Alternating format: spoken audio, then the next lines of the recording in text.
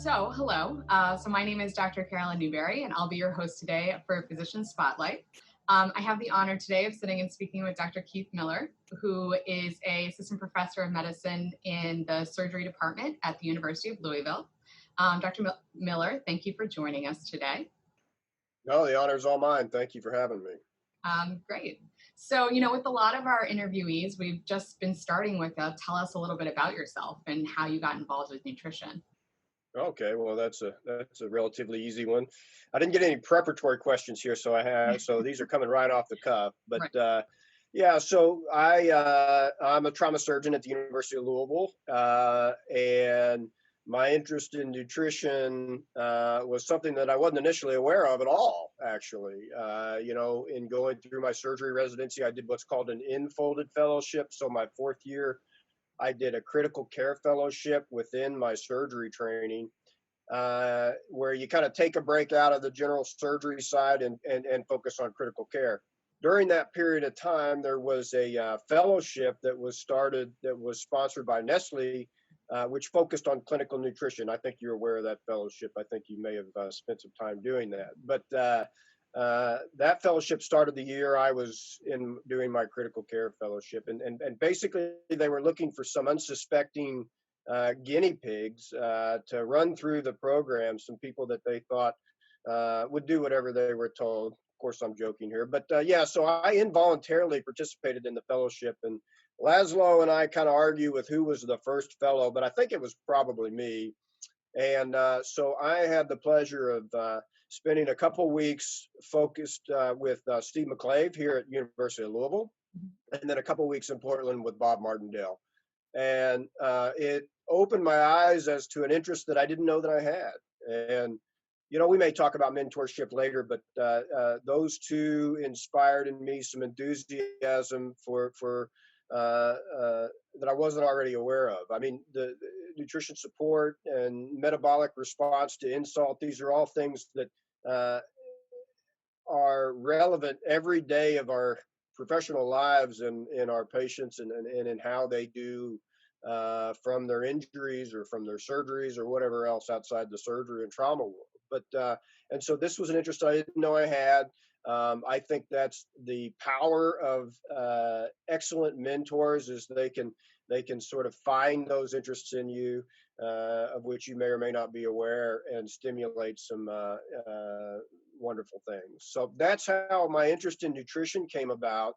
And since that time, really, it's become a bigger and bigger part of the educational process here at University of Louisville, with our trauma fellows, with our surgery residents.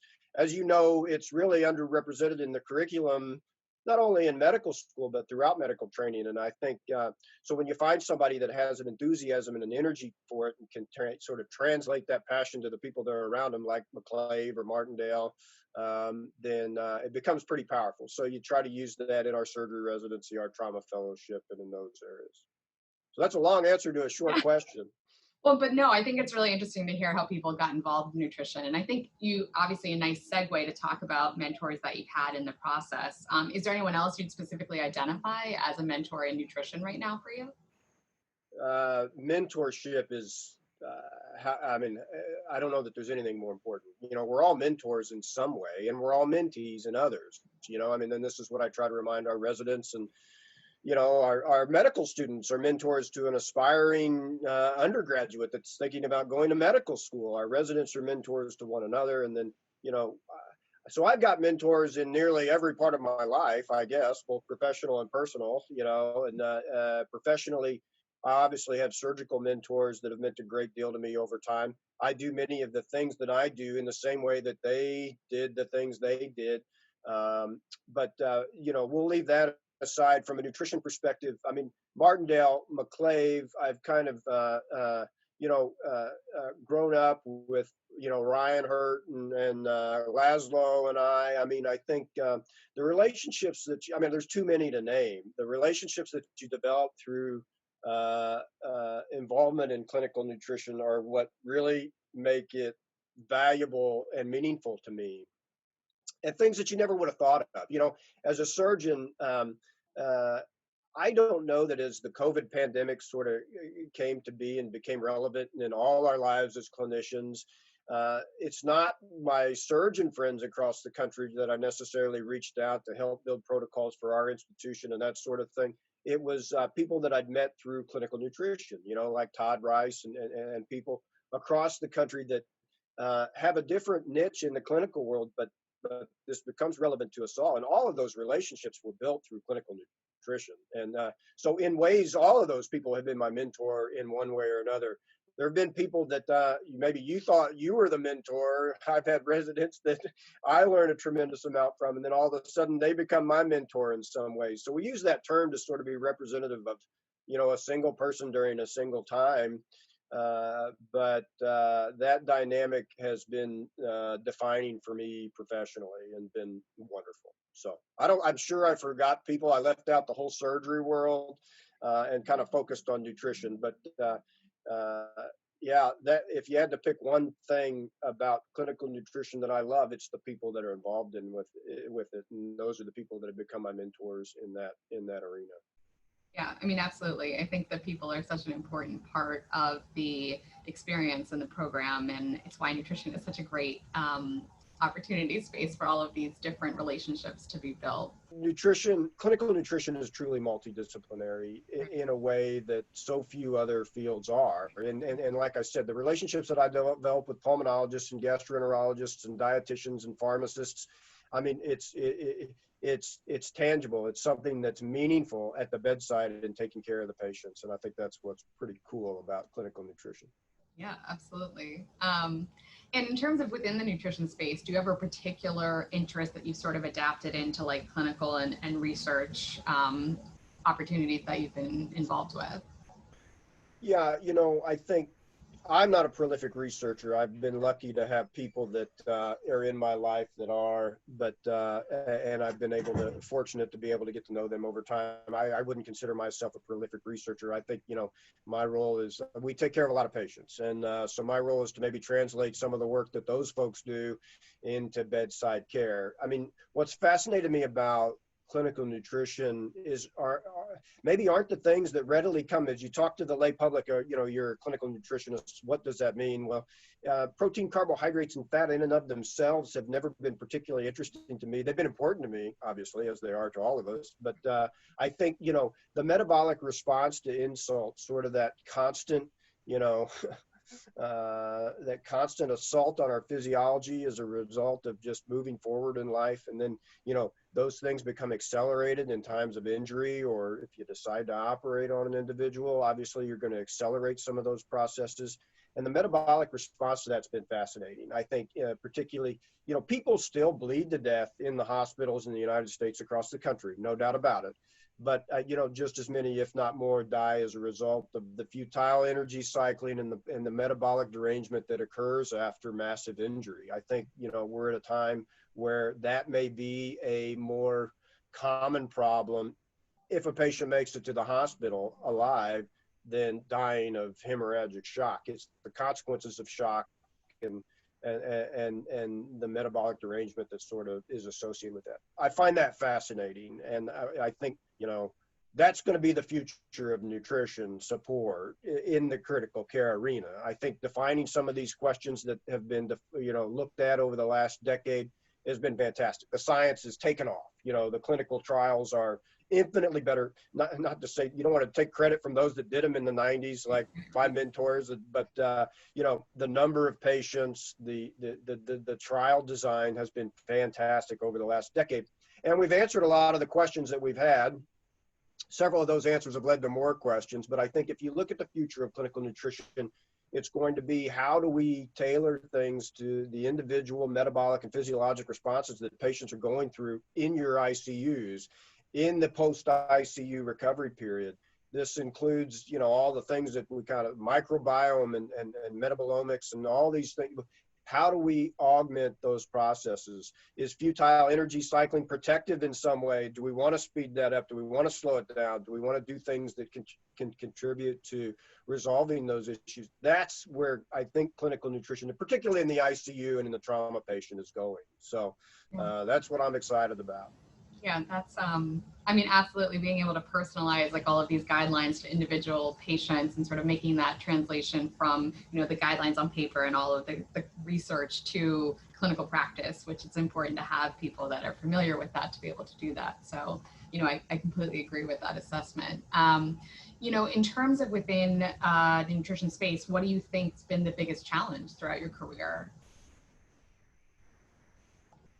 I think a big challenge is that because clinical nutrition touches every aspect of care, it sometimes gets left behind.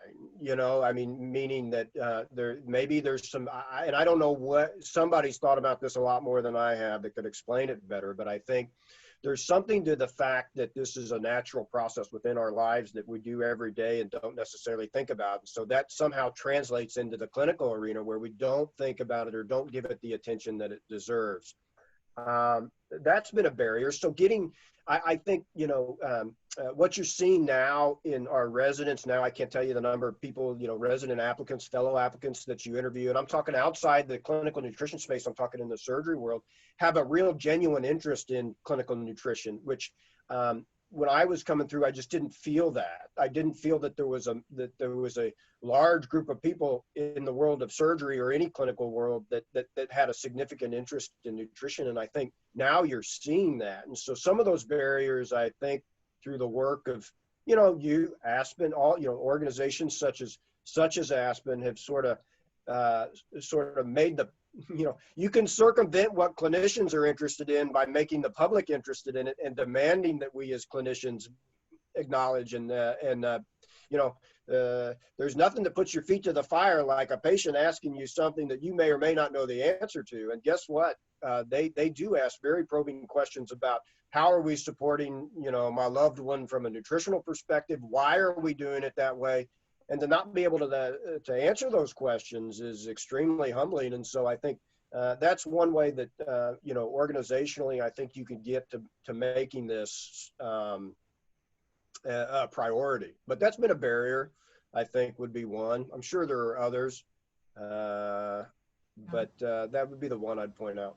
Yeah, and I've noticed the same thing. I'm more of like an outpatient physician, obviously seeing patients from a different perspective after you've cared for them in the hospital and hopefully we get them home. But, I think that more medical students, residents, fellows are interested in the nutrition space, which is very exciting for all of us that are trying to continue to push on that topic. Absolutely.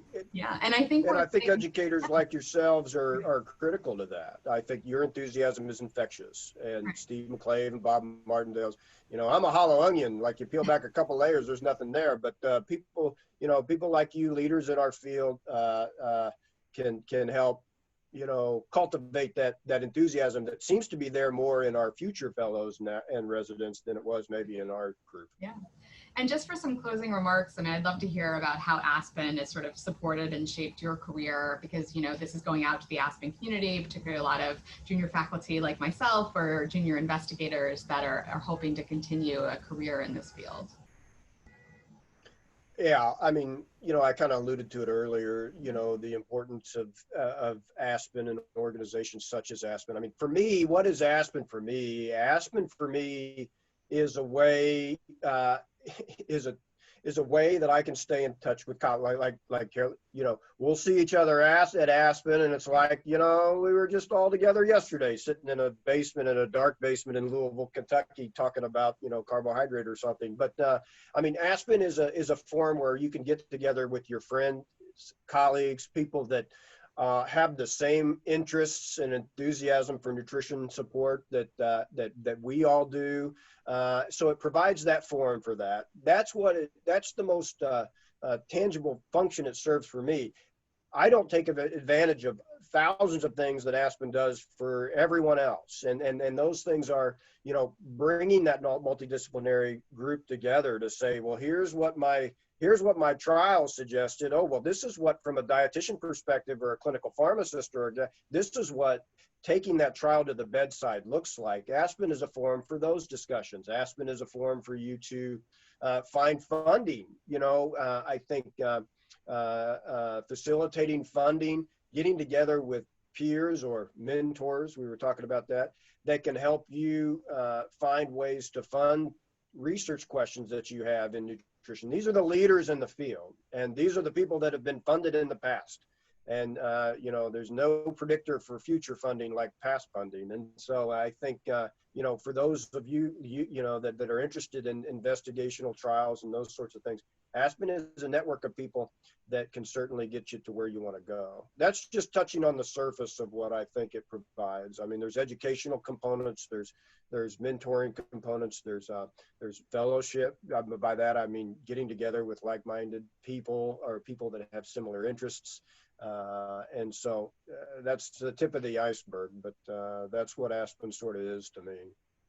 Absolutely. And I completely agree with a lot of those sentiments. So I wanted to thank you for sitting down and taking a moment to speak with us. And this is another Physician Spotlight interview with Dr. Keith Miller, who we appreciate his advice and his insight onto the nutrition world.